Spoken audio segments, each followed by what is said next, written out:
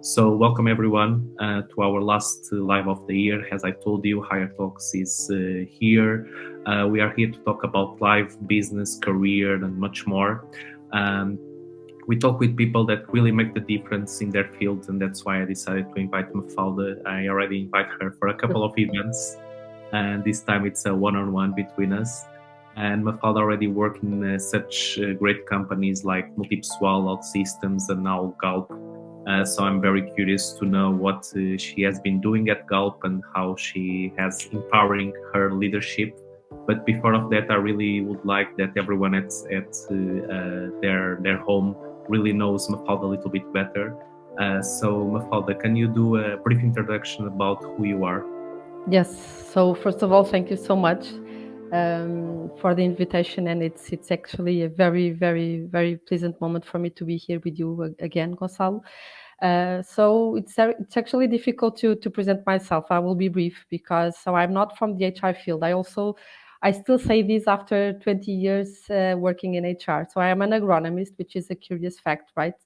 I study engineering, and I, I, I, I, I found that I was passionate about people at Jerónimo Martins. That was my first professional challenge as a trainee at Jerónimo Martins. And after that, I think that the changing, and today we speak a lot about upskilling and reskill. I did my reskilling 17 years ago when I moved into Michael Page, and that was my first experience in HR. And after that, I actually didn't think about that much about the career that I actually developed. So I just took the challenges that that life presented me.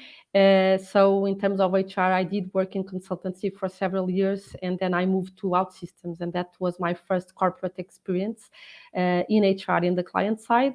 And it was a very interesting one as I was able to help the company to scale from 700 people to 2,000 people. So it was a huge ride, building a distributed engineering team across US, India, Romania, UK, so lots of different countries. And then I was impelled to accept Galp Challenge, which is a very different one. And I think this also tells a bit about my profile. I think I have this entrepreneur mindset and this startup profile. I like to build things, so I'm very driven by projects. And Galp presented me with a challenge to actually help them change the culture in the sense that we are actually driving at Galp a very important change in we are living an energy transition. And this, when it turns into people, means that we need to attract a different type of skill set than the ones that we hired before, right? So lots of different challenges involved, from leadership to attraction, from hired to retired. So a lot to tell you on this conversation, and this is it. Thank you, Mafalda, for your introduction. It's also very interesting to see companies doing this type of move, right? Like Galp, it's a very big company, and now it's trying to transform itself and trying to change.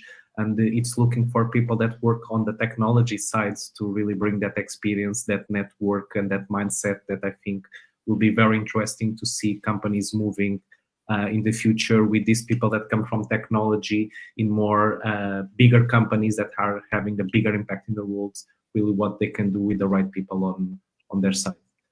And we all know that 2023 was and still is a very challenging year. Can you tell us what were the main challenge in terms of retention so far this year, Mafalda? So I like to see the glass half full. So I will change the response to a very positive narrative. I Good. think that in order to tell you that one of the reasons I do think people choose Galp as an employer of choice is actually this transition that we are living, right? So I think that when we speak about purpose and the need to actually to leave a project that is aligned with our purpose, I think Galp can present this to people because we are changing, and we do have a compromise to actually leave a better footprint on the market and to actually impact the future generations. And I think this is a very impelling purpose that actually can attract people. And this is also aligned with our new EVP and our new purpose that we will start communicating very briefly.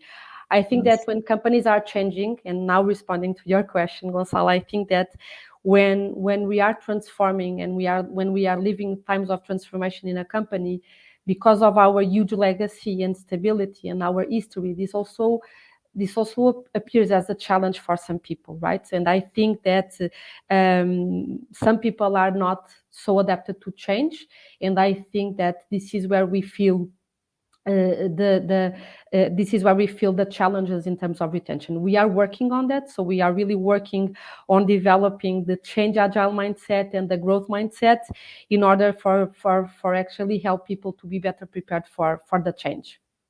Mm-hmm. Yeah, you touch in a good point, because of course that we want to retain as much people as possible, but sometimes there is also a group of people that doesn't make sense to retain, and it's part of the life cycles of companies to let some people go, Exactly. because companies need to continue to grow, and some people are not just willing to grow with the company. That's okay, and probably they will find a much better place for them to continue to grow. Do you have any example, like you were talking about the EVP that you'll be launching next year? Mm-hmm. Not sure if you can speak about that example or another one that had Yes, really an impact. I think we are doing a lot of very cool things that people would not relate Galp into Mhm. that project. So, and I can tell you that we are working. So in HR, we work as a tribe. So we work agile. So we are divided in clusters and then in squads. We do have product owners. We do empower our people, even young people, to actually take that role into developing and developing projects. And I think the outcome for us company as Galp, and now I'm not speaking as an HR person, is that we are in a moment of deploying a lot of very different initiatives, from the cluster of attract, select, and onboard, which I lead. And I can tell you an example. We didn't have an onboarding session, a welcome session. So we are providing people with those wow moments, right? For people to feel engaged from the very beginning. We are working towards developing our people. We are changing the way people are learning at Galp. We are embracing AI in our products. We are really focused on well-being, on work and life balance. We will have I'm speaking to you from our new office in Lisbon. We will have a gymnasium. We will have a fun room. We will have meditation, yoga. So a lot of different things to actually be able to walk the talk when we speak about well-being. Leadership as well, offboarding. So we are looking into the journey and actually identifying what are the critical moments that we need to address. And we are developing initiatives and projects, making sure that while people are here, they feel that the companies actually empower them to be the best version they can be. Okay, that's super nice. And on that life cycle, do you think there is one stage that is much more important than others, or you think that there is a balance between all of them? I think because we have people, we do have different types of populations at Galp. It's a very Yeah. complex organization, right? So, and I do think that we do have people with different tenures, and I think that even today, right, I have different needs than I had when I was 20. So I will look into the journey in a very different way. The reason I'm saying this too is that I think we need to understand people's motivations, what drives people to be their best version, and I think this is, and sorry because I'm being very biased, bringing my own products to the conversation, but we are launching as well the D&I strategy, diversity, equity, and inclusion, and we do speak about, so for us, diversity, equity, and inclusion, it's all about uniqueness, right? The power of uniqueness, the power of you or myself in a big company feeling that we are being taken into consideration. What we are saying, people are hearing, and they are actually working towards that feedback, right? And I think that because of that, every point of the journey is important. I was impelled by you to speak about leadership a lot, but I do think that there are I do think there are other critical moments on the journey that we really need to take into consideration. For instance, onboarding. I think it's proven that a good onboarding will actually work on retention, right? So I can share a very cool example just to make the conversation more than one-on-one, but I have also examples on my profile of casting mistakes, right? And in the first time that I did think, okay, this was not a good choice for me, that I did not choose the best company for me, the first thing I remember was my onboarding. And I said to myself, this started bad from the beginning. So I think it was doomed to fail, right? So I do think that, just to tell you that I do think that every moment that matter is important. We really need to identify what are the moments where Galp is actually losing people or losing engagement in terms of the feedback when we hear our people, and we are being very careful addressing those feedbacks. Yeah, no, makes total sense because every step counts, and the onboarding is one of the beginnings, I would say, when people start in the company. So I think that's quite important. Just want to do a small pause to say also hi to Miguel Luis. I think he knows what you are doing, Mafalda. Miguel is He knows. very close to the community. So thanks, Miguel, to join us and also for your comment. Moving to the topic, and I know that there is so many things that we can speak about, and I decided to focus on leadership in the end of the year because I believe that is one of the points that we can control slightly better to have a big impact on the organization. Of course, that there are other topics that are important, but I think everyone recognizes that leadership is crucial to retain and to motivate talents. And I would like, Mafalda, so you are also a leader, you're also hiring leaders every single day. So from your experience, is there a way to analyze exactly what qualities a leader needs to develop in order to have a positive impact on talent retention, in your opinion? I think it's a very difficult question, to be honest with you, because there are different types of leadership, right? And now in today's with this, I think the market has inverted itself a couple of years ago, right? So I think I'm still from an age, I'm from the 70s, so I'm still from a time where we did not choose the companies, right? So the companies choose us as a candidate. I think things change for the better, and I think there's a more balanced way for candidates to be able to choose the company that better suits their value proposition, their own value proposition. We do speak about companies' value propositions, but I do believe that we have our own value proposition, and we need to find the company that better aligns with that, with who we are. And with this in mind, I will not be tendency to say that only the inspirational leadership works. I do believe that, of course, it has better results, but I think in the end, no matter what is the type of leadership that you will choose to, the style of leadership, what we want is actually to work on the efficiency to retain our best talent. And I think that in that sense, and I will just respond for myself. For me, in a very personal note, empathy. It's a crucial skill that a leader should have, the ability to stage others for success, to empower, to actually to be truly concerned about people's needs in that sense of uniqueness, right? So what is important for you, Gonçalo, will not be important for me, and I need to find it out. So and I need to find it out for my whole team, right?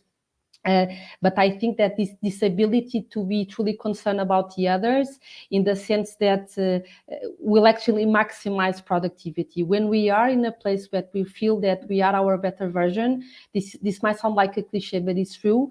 I think you will drive your extra mile. You will not feel that you are working, right? So you will feel engaged. You will feel that you are putting in a place where you are staged for success. And I do use this expression a lot. And I know that some people, some team members of my team are listening to this talk, and they will laugh because I use this expression also, a repetition, in the sense that I think in the end of the day, it's about finding the way in the style of leadership that provides people the sense of belonging, the respect, the empowerment, while we do support their personal growth and their development. I think trust and flexibility while building that relationship is also key. The key to analysis, the results, it's also about engagement, right? So we can do it in a pulse and a leadership index, right? So we can do it in several ways when it comes to HR metrics and tools, but I do feel that you can also leave it day by day, right? So you will know if you are truly concerned about your people. You will know when your people are engaged or not, and what to do about when they are not that engaged. Yeah, yeah. No, I think you touch on a really good points, because I think empathy it's really the start of those relationships, and how I see the market also growing. Yesterday I was speaking with a client and we were talking about the profile, and they are very used to tell people what to do. And I think nowadays, especially on the tech area, we need to hire people and they should tell us What to do? what Yeah, to do. yeah. So I think the mindset is it's changing on that way, and we already have leaders that really trust their people and help them to grow. We have leaders that are growing on this step, and I think both are super fair. But it's good to recognize that the workforce is changing, their wishes and needs are changing, so the leadership needs to involve with it. That's why I'm very curious, Mafalda, about actions that you guys did at Galp, like trainings, programs, Mhm. conferences that you did to empower leaders to be more empathic, to have more trust on their teams. Anything that you can share with our Mhm. audience to So see? I do not want to. We do have a cluster dedicated to leadership development. I do not own that cluster. I can give you a couple of examples on the things that we are developing, but I think I gave you a bit of a glimpse on the direction that we are following, right? So identifying the skills, identifying what is that we expect from a leader, and then identifying those gaps to train those leaders on where we need them to be, right? And I think when the moment that we reach that stage, we will be really aligned, HR and leaders, to actually move the messaging along the company. Of course, we do have trainings. Of course, we do have very specific programs and conferences.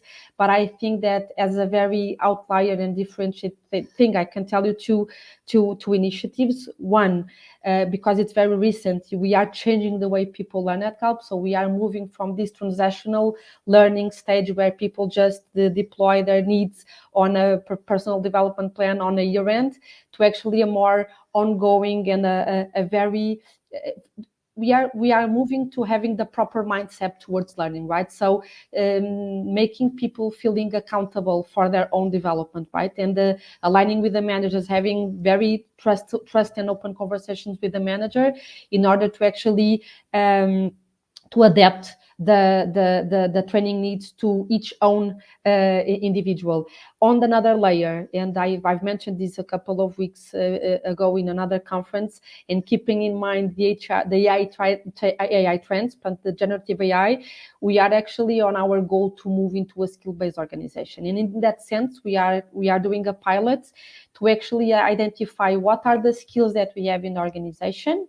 And then because we are working on the leadership journey and also on the skills that we expect from our leaders, we will be able to have a gap that will actually tell us what are, for each leader, what are the things that we need to develop in a very personalized way. So I think this is our two different examples. One is actually building on accountability for each leader to actually feel, okay, I need to work on this, I need to improve on this based on my feedback. So we have implemented an open feedback tool this year. So we are doing a lot of things. So one is on the accountability piece. The other one is on the organization, making sure that we also have a proof of concept that actually tell us what are our gaps and what can we do to actually mitigate those gaps on a very personalized way. Okay, okay, that's super interesting, because I'm also very a fan of everyone owns their career and not Yeah. their employer, because I think that's completely outdated, right? To have a standardized way to operate with everyone in the company. We have people with different backgrounds or changing careers or even wants to bet more on their career. So I think it's impossible to have one solution that fits all. So that's super Totally. interesting that Help it's doing that.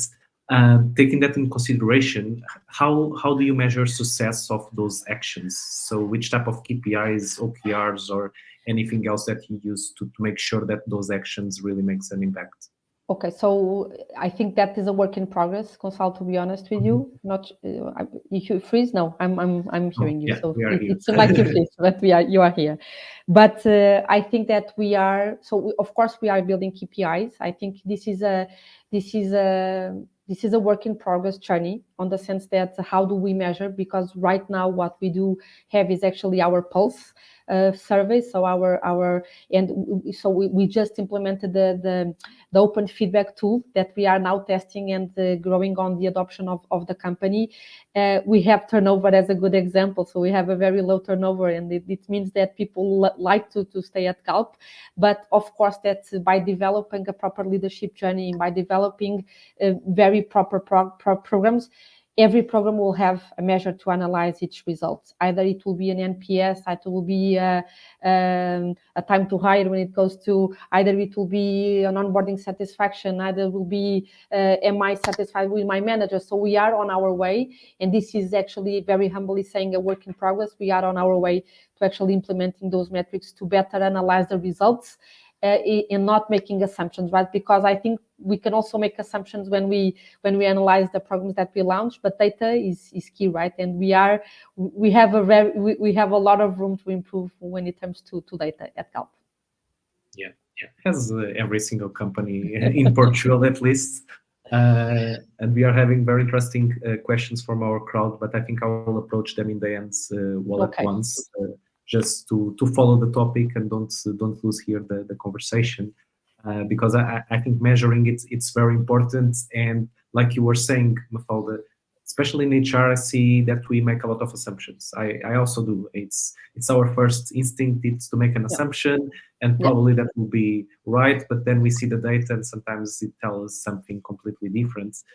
So I think looking to the data, it's very, very critical. And just to complement Gonçalo, I think this is the reality of Galp, right? So I can also share with you the previous experience. It was a very different company.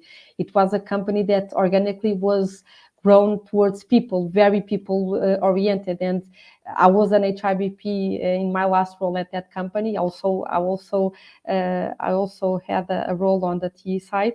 But as an HRBP, for instance, my conversations with my leaders were based on feedback that the teams provide to us. And the feedback was on, do I feel, so on the terms of ambassadorship, on the dimensions of trust on leaders, on growth development, on well-being, on satisfaction, happiness. So it is different companies.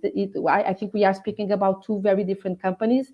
And the reality for Galp is that I think we are working still on data to be able to have better data points for our assumptions, for our own assumptions. Yeah. And I think this is a never-ending story, right? You start collecting data today, and you won't stop next year. You need exactly. Keep collecting, keep analyzing, because that's the only way. Because when you reach a certain improvement, you'll have more data to improve even more. So exactly. That's the agile way that I think it's to go. On that perspective, do you think there will be any big changes that you guys will do in 2024? Yes, I do believe so, because I think that we've built this people strategy. I think that we have brought Marco as our CHRO in 2022, and I think things take time, right? To deploy a whole strategy takes time to deploy, and I think that we have build the foundations on 2022 and 2023. In 2023, we have launched pretty important programs like the D&I strategy. It was the first time at Galp that we did launch a whole D&I strategy that makes sense for Galp. I think this is actually important to underline. Like I told you, the onboarding, the welcome session, the expand as a mindset to learn in a different way. I think on 2024, we will continue to deploy our strategy and new programs when new initiatives will appear. Like, for instance, the ambassadors programs on the youth. So we've launched as well in 2023 a youth team really focused on attracting young talent. I think this journey will continue as well. On 2020 and 24, we have launched people experience team, in the sense that it's the team that works toward the workplace experience, the way we live our culture. We have launched the employer branding, and we are working towards our EVP that we will launch next year.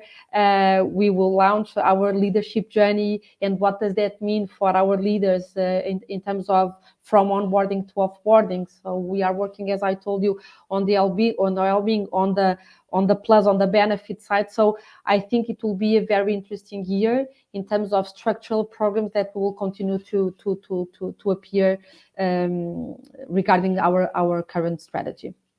Okay, that's super So I do interesting. believe it will be a very interesting year. Yeah, no doubt, no doubt. And I think it's funny because I think in the market, for example, the DNI, it's something that we already heard for a couple of years.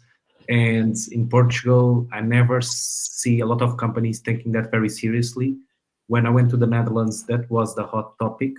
And I think between this year and next year, a lot of companies will put this as a priority because they will really see the impact of it. And it's good to see companies like Galp taking the lead on that and really adapting that to their reality, because I think that's one of the mistakes that companies do, that is like, okay, I need to do this because everyone is doing, and they don't personalize their approach. So I think that personalization is super important.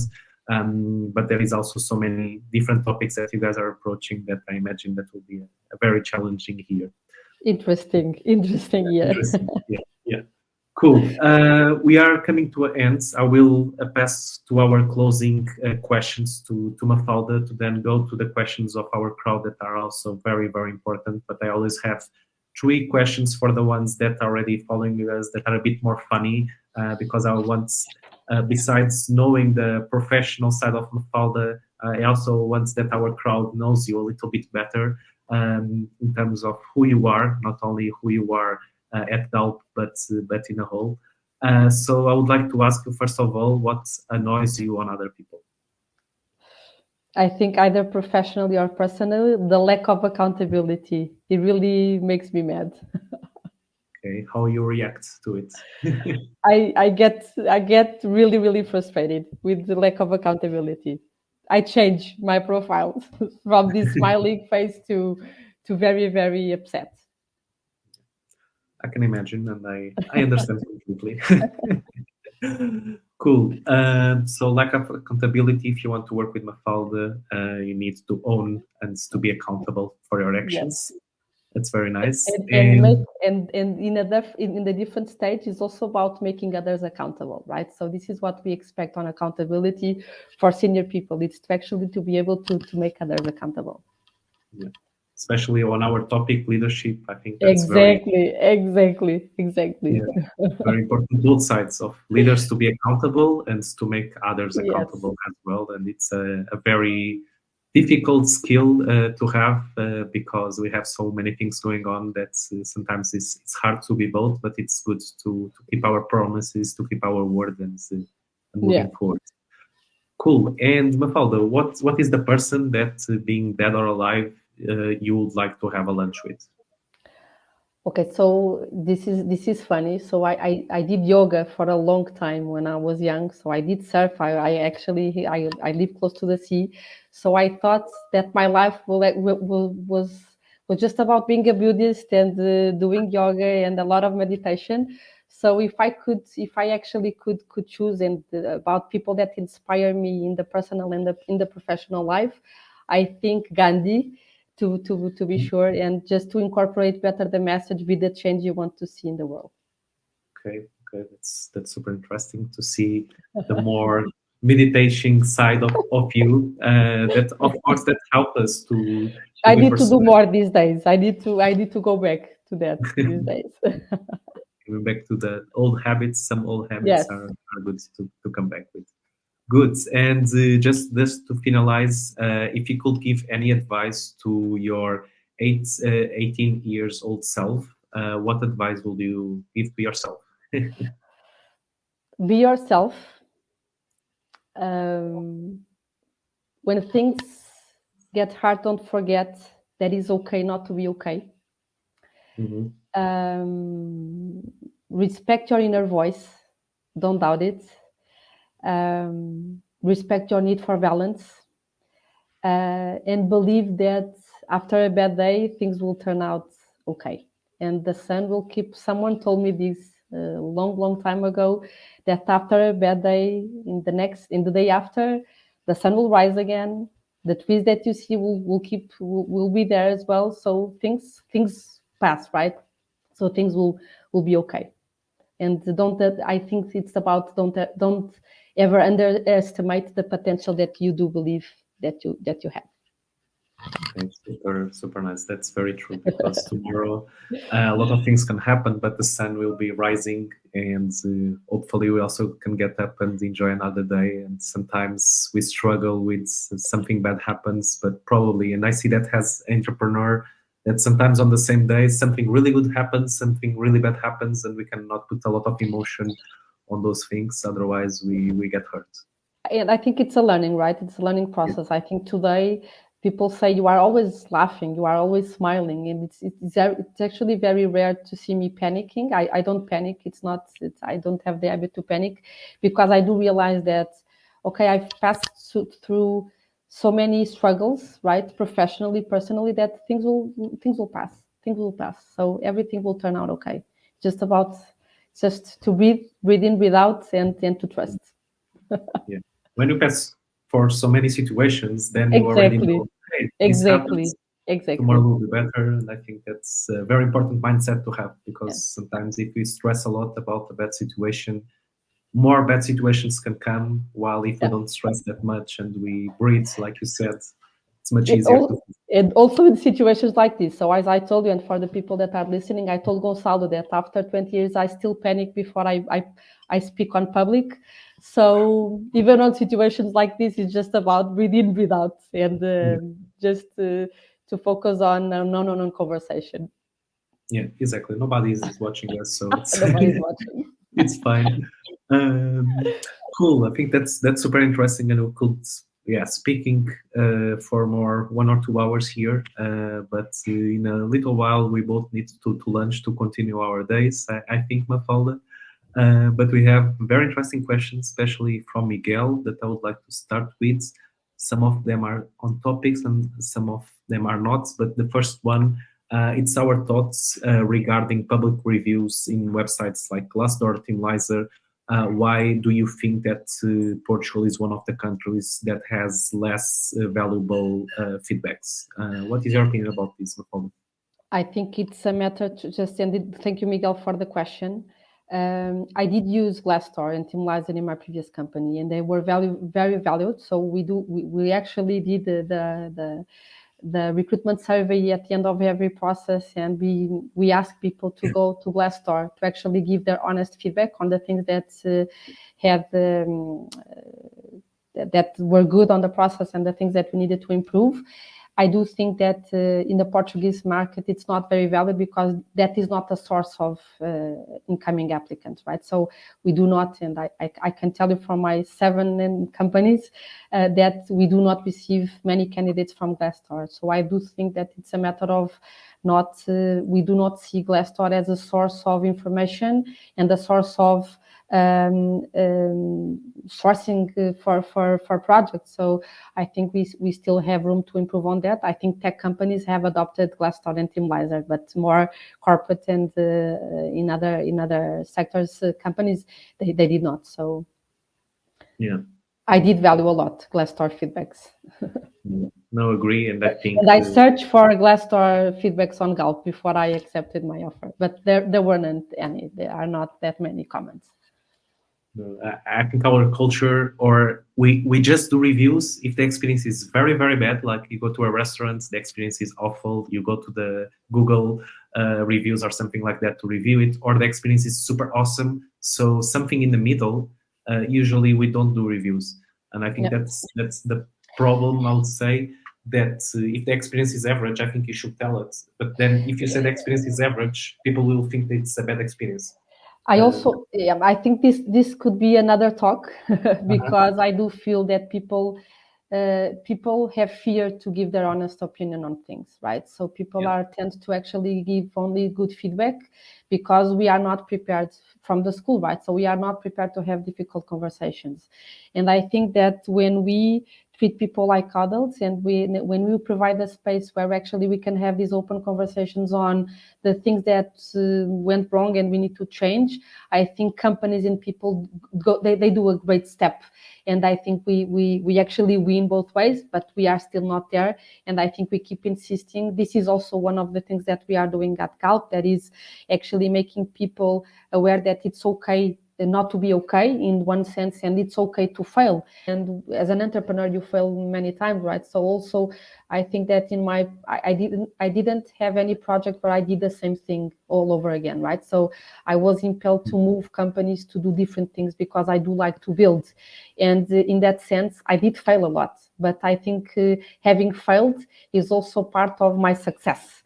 And when you realize this, you can actually have very honest conversations on, okay, I did this in the past and it didn't, and I failed. So we can learn from that mistake, and I can actually I can teach others how to overcome those mistakes, right? And I think we are still not prepared for that, and in the majority of the companies. And now I'm speaking on the Portuguese market. Yeah, agreed. I think that we have a long way to go, but I think we are making those steps also, having more international companies, more people from tech companies and non-tech companies. That really helps. I think Miguel brought another very interesting question. Thanks a lot, Miguel, to your participation. That is how companies communicate crisis. Like Mercadona had an example that has an impact a few weeks ago. So how companies manage the balance between the opportunities to have employees as advocate and the risk that it implies. I think this question is more for you, Mafalda. I think I just replied that on the honesty base. That is, when you have the humility to actually understand that you do not have a finish line. So when it comes to a company, you do not have a finish line, right? So you do have a strategy, and then you have another strategy, and you have an ongoing strategy, and you also always have an opportunity for continuous improvement. And when you do not have a finish line, you need to understand that you always have room to improve. And with that sense, I think that we should be. I'm actually more impelled to an honest conversations with everyone, right? And on showing, okay, we are not there, but we are doing our way. And many times at Galp, I do have these internal conversations that I think we should be honest, right? So this is a way we are doing. We are not running a sprint. This is a marathon. So we are doing our way to actually better, to do the things better. And I think this is honesty, right? So I'm more into the risk because I do not see the risk, right? So I just see this as an opportunity to actually to respond to the people and to address their questions and their concerns. Mm-hmm. Yeah, I think that's honesty. It's very, very powerful, and I think at least from my answer also answers the next question of Miguel, that is regarding feedback. That we all know that candidates value feedback during the recruiting process. Miguel is asking how we can improve the feedback to candidates. And I think touching on your answer, Mafalda, it's really being more honest and more upfront with candidates. And sometimes we will hurt some feelings, but in the end of the day, I think we'll help people to be better. Not sure if you had anything else here. No, it's actually that, and I think that I think we can improve on the pace that we give feedback along the process. But when it comes to the end of the process, I think we should be honest, and I think that some of the times we do have. I think a lot of recruiters don't have the time. They think that they do not have the time to actually give a proper feedback, but I believe that when you give a transparent feedback, the reply and the response will be just a very thank you, because they will understand. And the door is open, right? You leave the door open. But yeah, exactly. Just one quick feedback. In one of our processes, we ask a video for people to apply, and with some candidates, not all of them, I reject them with a video as well. So I send a short video. Yeah, That's I couldn't do it with everyone, but everyone that reached like a final stage, I send a short video saying, "Hey, thanks a lot. We select another person. The reason why you didn't move forward was that." Of course, that took time, but I think it improved a lot of the experience, and I'm giving what I asked. So I really like to give a little bit more of what I asked to people, and here I was just giving the same thing. And I think improving feedback is exactly that, doing something a little bit extra, Extra. if you can. And I know that's at Galp probably it's very hard because you guys receive so many applications that will be impossible to to make it happen. But there But is, yeah, yeah, but even on that, we are trying to address that. So candidate experience for us, we are of course we work with a system, we work with an ATS that has its own struggles, right, in terms of user experience and the way we can actually personalize.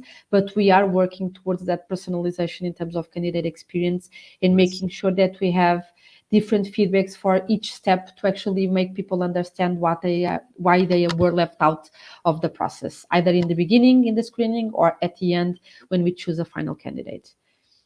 Yeah, cool. Let's go to our last question from Piyush. I hope I'm pronouncing your name correctly. Probably not, but I You tried are, my you best. are. I know Piyush, so I work with Piyush, shout out systems. Nice. Nice. Okay, cool, Very. cool. So he's asking how important is the candidate onboarding experience towards staying with the company for a longer time? Is there a metrics that will help us to understand, and how can this be improved? So I think you already speak a little bit about onboarding, but if you want to dive a little bit deeper. Yeah, and I think I can actually speak with Piyush offline because so when I joined Galp, we understood that that was a bottleneck, right? So not only the first day experience because it didn't exist, but also the whole journey. And in a very large and complex organization, of course, that onboarding experience, in the sense that the speed to proficiency, if I feel that I'm being staged for success, if I have the tools, if I have the resources, if I have the direction, if I have all the accesses on minor things or also on the experience, who do I need to know to leverage my role? Who do I need to meet? What is that I need to know? Okay, I know how to be a leader outside Galp, but what is to be a leader at Galp? So I'm just mentioning through all the journey of an employee, either as an individual contributor, either as a leader, we are now working towards that experience 30, 60, 90, 180 days, and making sure that we are also addressing and identifying the KPIs we want to have by just making sure that we are going on the right way. And I think this is a very good example of a project that is it could rely only on the attract, select, and onboard team, but this is a project that is being developed by the talent team, by the leadership team, by the recruitment team, by the learning team. So it's a very cross collaboration project in order for us to actually have the better results and to make sure that after 180 days, people say, okay, I was proper on board in a large company like Galp, and I was board in Portugal the same way we are onboarding at Spain or in Nice. Brazil or in other geographies. But I can actually touch base. I can touch base with you, Piyush, after this talk.